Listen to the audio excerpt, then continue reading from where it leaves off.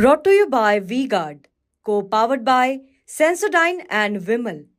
बोलो जुबां केसरी। कन्फ्यूजन ही कन्फ्यूजन है, सॉल्यूशन का कुछ पता नहीं। थ्री इडियट्स मूवी का ये गाना तो आपने सुना ही होगा।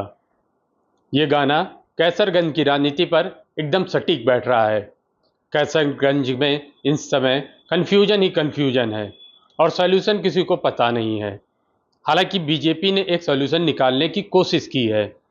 सॉल्यूशन ये है कि बृजभूषण शरण सिंह जो मौजूदा बीजेपी सांसद हैं, उनके बेटे करण भूषण सिंह को टिकट दिया जा सकता है। इसकी चर्चा उनके समर्थक भी कर रहे हैं और विरोधी भी। हालांकि विरोधियों का यह कहना है कि जब तक नाम ना घोषित हो जाए तब तक इस बात को आप कन्फर्म ना माने। इस पूरे मामले पर हमारे साथ बात करने के लिए हमारे संवाददाता पंकज चतुर्वेदी जी हैं। पंकज जी, क्या हलचल है? देखिए, अभी तक 3 दिनों से बृजभूषण शरण सिंह शांत थे और अपने नाम पे ही अड़े हुए थे। कई बार उनको पार्टी कार्यालय बुलाया गया, बीजेपी के नेताओं ने बात की कि आप अपना नाम हटा दीजिए, किसी और का, अपने सहयोगी या अपने पारिवारिक या अपने बहुत जो क्लोज हैं उनका नाम दीजिए, पार्टी विचार करेगी क्योंकि आपके ऊपर जो आरोप लगे हैं वो गंभीर है और मामला न्यायालय में है और अभी तक फैसला नहीं आया है। दूसरा कारण ये भी था कि हरियाणा में 25 मई को चुनाव है, अगले साल विधानसभा चुनाव है। जाटों में बड़ी नाराजगी थी, कुश्ती संघ में ये छोड़ के आरोप उन पे लगे, गंभीर आरोप है। कई बार खिलाड़ियों ने प्रोटेस्ट भी किया।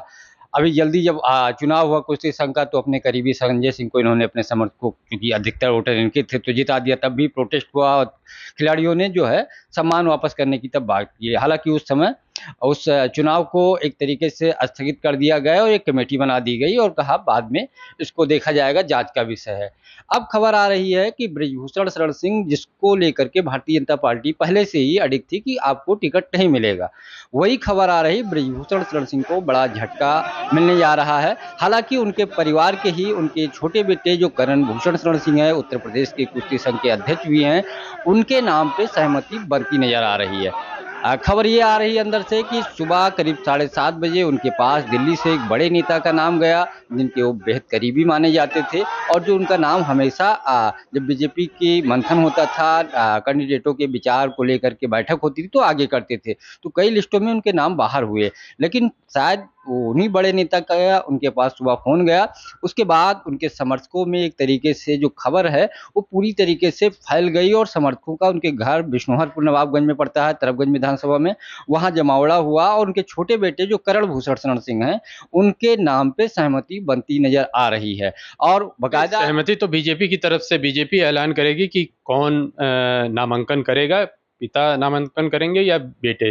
लेकिन कल एक चर्चा ये भी है कि कल नामांकन की भी तैयारी कर ली गई है, करण का ही नामांकन होगा। हाँ, वही मैं कह रहा हूँ, करण भूषण शरण सिंह के नाम पे बीजेपी में भी टॉप लीडरशिप में सहमति बन गई है और उनको फोन के जरिए बातचीत करके बोल दिया गया है कि आप तैयारी करिए, करण भूषण के नाम पे पार्टी सहमत है और आपके नाम पे सहमति नहीं बन पाई है। और बहुत सारे मामले जो कोर्ट में चल रहे हैं उसको देखते हुए और कोई बड़ा विवाद फिर न खड़ा हो, चुकी यौन शोषण का मामला है, भारतीय जनता पार्टी मां शक्ति का नारा देती है, कर्नाटक का एपिसोड सामने आ गया है, तो इनसे दूरी बनाते हुए इनके बेटे करण भूषण सिंह के नाम पे बीजेपी ने, जो अंदर से खबर आ रही है सोर्सेज के हवाले से, वो सहमति दे दी है और वो अपने समर्थकों के साथ अपने घर पे बैठे हुए उनके बेटे जिनका नाम के ऐलान की बात हो रही है, वो पहुंच करके पिता बृजभूषण शरण सिंह जो अभी तक सांसद हैं, अब शायद उनको इस बार सांसद नहीं बन पाएंगे क्योंकि छोटे बेटे को टिकट दिया जा रहा है, वो जाकर के आशीर्वाद लिए और बाकायदा समर्थकों के ने नारेबाजी की कि बृजभूषण शरण सिंह जिंदाबाद, करण भूषण सिंह जिंदाबाद। उनके बड़े बेटे जो गोंडा सदर से विधायक हैं प्रतीक भूषण शरण सिंह ने उनकी एक फोटो भी सोशल मीडिया पे अपने फेसबुक पेज पे पोस्ट की, हालांकि कुछ लिखा नहीं है, लेकिन ये स्थिति धीरे धीरे स्पष्ट हो रही है कि अब परिवार के सदस्य जो उनके छोटे बेटे हैं करण भूषण शरण सिंह चुनावी मैदान में कैसरगंज से ताल ठोकेंगे। हालांकि इसको लेकर के शुरुआती दिनों में जब चर्चा हुई तो बृजभूषण सहमत नहीं थे, अपने नाम पे ही अड़े हुए थे। कई बार आपने देखा होगा बयानों में उन्होंने बयान भी दिया कि हम ही चुनाव लड़ेंगे और देखा जाएगा, लेकिन अब चूंकि अब बृजभूषण को लगा कि लास्ट डेट है, कल नामांकन 3 बजे तक है और अभी तक नामों का ऐलान नहीं हुआ है, तो उनको आखिरकार अपने नाम को लेकर के जो लगातार डटे हुए थे, कदम बृजभूषण शरण सिंह जो पहलवान हैं उनको कदम पीछे खींचने पड़े और अपने बेटे के नाम पे भी वो सहमत नजर आए और अब तैयारी शुरू हो गई। कहा जा रहा है कल 11 से 12 बजे के बीच उनके नाम पे ही नामांकन होगा। जिला अधिकारी कार्यालय, जो जिला निर्वाचन अधिकारी होते हैं, वहां जाकर करेंगे। बीजेपी के कुछ बड़े नेताओं से भी मेरी बात हुई थी, जिनका कल एक दो नेताओं का ये हुआ कि बाहर का कैंडिडेट आ सकता है, उनके नाम की चर्चा हुई, तो उनसे भी मेरी बात हुई। तो उन्होंने कहा जो वहाँ का दावेदार है उसी को टिकट मिलेगा। एक तरीके से संकेत दिया कि उनके परिवार को टिकट मिल जाएगा। तो अब चूंकि बात हुई, उन्होंने बाकायदा लोगों के साथ मीटिंग कर रहे हैं, तो अब सहमति लगभग में चीज़ें स्पष्ट होती नजर आ रही, सहमति बन चुकी है। उनके बेटे जो कुश्ती संघ के अध्यक्ष हैं करण भूषण शरण सिंह, वो कैसरगंज से बीजेपी की लोकसभा उम्मीदवार हो सकते हैं। हालांकि अभी औपचारिक ऐलान भारतीय जनता पार्टी ने नहीं किया, ना कोई प्रेस नोट जारी किया, ना ऑफिशियल अनाउंसमेंट है। हालांकि बिल्कुल ये औपचारिक ऐलान बाकी है, लेकिन मेरा दो सवाल है आपसे। पहला सवाल ये है कि क्या बीजेपी जिस परिवारवाद का विपक्षी दलों पर आरोप लगाती है, उसका आरोप उस पर नहीं लगेगा? दूसरा, बीजेपी के दूसरे खेमे जो कि एक तरीके से बृजभूषण शरण सिंह के विरोधी माने जाते हैं कैसरगंज में ही, उनका क्या रिएक्शन है?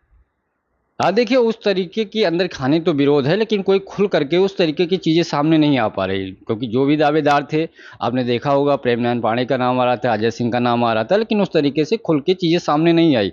अब अंदर खाने ये लोग खेल क्या करेंगे, ये बड़ा सवाल है। दूसरी बात, आपने जो परिवारवाद की बात की, तो बीजेपी को इससे तो गुजरना पड़ेगा। विपक्ष आरोप लगाएगा और करण भूषण शरण सिंह कुश्ती संघ से भी जुड़े हुए हैं। जब अभी दूसरी बार जब चुनाव हुआ था, संजय सिंह जब निर्वाचित हुए थे, उसके बाद उनके बेटे जब अध्यक्ष बने थे उत्तर प्रदेश विंग के कुश्ती संघ के, तब भी खिलाड़ियों ने प्रोटेस्ट किया था, और जब अपना जो सम्मान था वो वापस कर रहे थे, जो मेडल था, तब इस चुनाव को थोड़े दिन के लिए स्थगित कर दिया गया था, जांच बैठाई गई थी। तो कुश्ती संघ से भी जुड़े हुए इस नाते चीजें और आएंगी कि पहले बाप जुड़ा हुआ था, अब बेटे को अध्यक्ष बनाया गया, उसी को टिकट दे दिया गया। बेटा भी कुश्ती संघ से जुड़ा हुआ है, बेटे को ही बनाने के लिए अध्यक्ष जो बृजभूषण शरण सिंह जो अध्यक्ष थे कुश्ती संघ के, उस पे नाम पहले करण का ही नाम चल रहा था, क्योंकि एक समय सीमा होती कि एक वक्त कितने समय तक कुश्ती संघ का अध्यक्ष हो सकता है। तो बृजभूषण शरण सिंह का टर्म जो था वो पूरा हो चुका, तो अपने बेटे को विरासत कुश्ती संघ के सौंपना चाहते थे, लेकिन उस पर बवाल हो गया, तो अपने करीबी संजय सिंह को उन्होंने जिता दिया।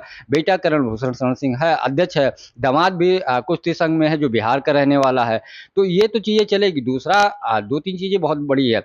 बीजेपी में हमेशा एक ही परिवार के दो लोगों को टिकट नहीं दिया जाता, या तो इतना बड़ा जनाधार हो, जैसे कल्याण सिंह के परिवार को दिया गया, उनका बेटा राजवीर सिंह सांसद हैं और एटा से फिर चुनाव लड़े हैं।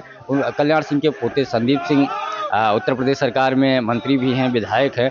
तो उसके बाद दूसरा ऐसा परिवार होगा जहां बृजभूषण शरण सिंह का बड़ा बेटा प्रतिभूषण शरण सिंह गोंडा सदर से विधायक है, छोटा बेटा कैसरगंज से लोकसभा चुनाव लड़ रहा है।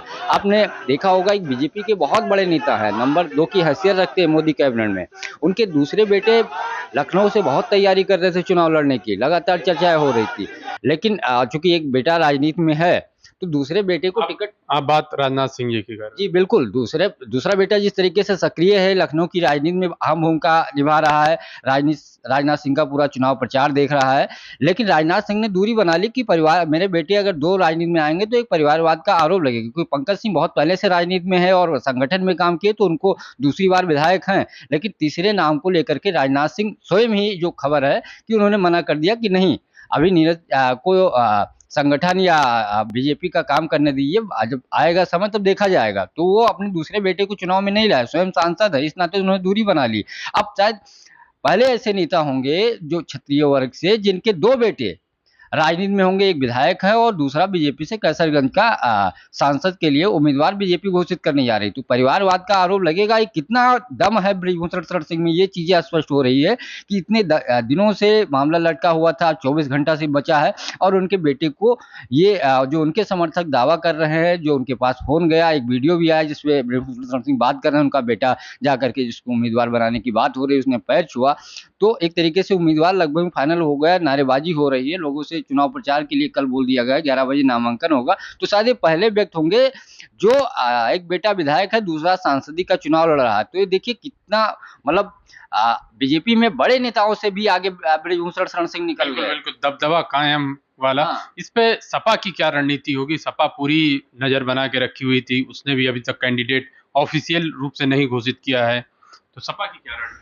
देखिए, सपा ने तैयारी 3-4 दिन पहले से बना रखी थी। 3-4 लोगों ने उनके नामांकन ले लिए थे। कहा जा रहा है 2 ठाकुर प्रत्याशी और 2 ब्राह्मण। अगर इधर से ठाकुर आएगा तो ब्राह्मण की बात हो रही थी। उनके जिलाध्यक्ष ने भी कहा था ये बात यहाँ भी थी, जिसमें बैद्यनाथ दुबे, विनोद शुक्ला, भगत राम मिश्रा, जयचंद सिंह और नरेंद्र सिंह, जो पंडित सिंह के भाई का नाम है। अब बीजेपी को देखना होगा, ब्राह्मण लड़ा थी, चूंकि ठाकुर प्रत्याशी बीजेपी की तरफ से जा रहा है, तो संभावना ये है कि ठाकुर को लड़ाया जा सकता है। हालांकि एक नाम और निकल के आ रहा है, योगेश प्रताप सिंह, जो कर्नलगंज से कई बार विधायक थे, मंत्री भी थे, वो भी टिकट के दावेदार हैं। तो लास्ट मोमेंट पे चूंकि लिस्ट अभी थोड़ी देर के बाद हमें लगता है अमित शाह की आज लखनऊ में बैठक है संगठन के साथ अवध की सीटों को लेकर के, जिसमें रायबरेली, अमेठी, कैसरगंज, लखनऊ, मोहनलालगंज, इन सब सीटों की चर्चा होगी और कैसरगंज, रायबरेली को लेकर के विशेष चर्चा होगी। तो लिस्ट आ जाने दीजिए अभी लगभग में, लेकिन समाजवादी पार्टी भी अपने नेताओं से, जो जिले के नेता हैं, उनसे बातचीत चल रही है और 4 लोग तो नामांकन खरीद ही चुके हैं। अगर इसमें कुछ और बदलाव होगा तो योगेश प्रताप सिंह का एक नाम जुड़ सकता है, लेकिन संभावना यही है कि ब्राह्मण प्रत्याशी को दिया जा सकता है। नंदिता शुक्ला भी गोंडा लोकसभा सीट है उनकी, मुजैना विधानसभा है, हालांकि गोंडा जिले में आती है, तो एक बार गोंडा से वो चुनाव लड़ चुकी हैं, उनके बेटे भी चुनाव लड़ चुके हैं विधानसभा का, तो उनको भी प्रत्याशी बनाया जा सकता है। तो संभावना यही है, जो सपा की रणनीति थी पहले कि ठाकुर के सामने ब्राह्मण दिया जाएगा, तो बैजनाथ दुबे, विनोद शुक्ला को चुनावी मैदान में उतारा जा सकता है, नंदिता भी आ सकती है। अगर ठाकुर को दिया जा रहा है तो नरेंद्र सिंह, जो पंडित सिंह के भाई हैं, नहीं तो योगेश प्रताप सिंह, दोनों मजबूत दावेदार माने जाते हैं।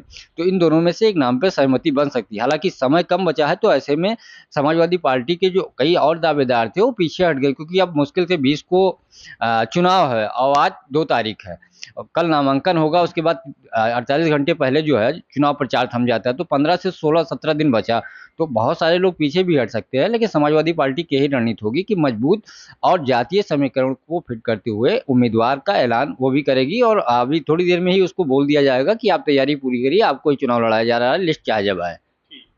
तो ये बता रहे थे कि पंकज चतुर्वेदी जी कि कैसे बृहस्पति शरण सिंह का दबदबा कायम है, बेटे को टिकट दिलाने में लगभग कामयाब ही माने जा रहे हैं। विशाल कसौदन, TV9, उत्तर प्रदेश।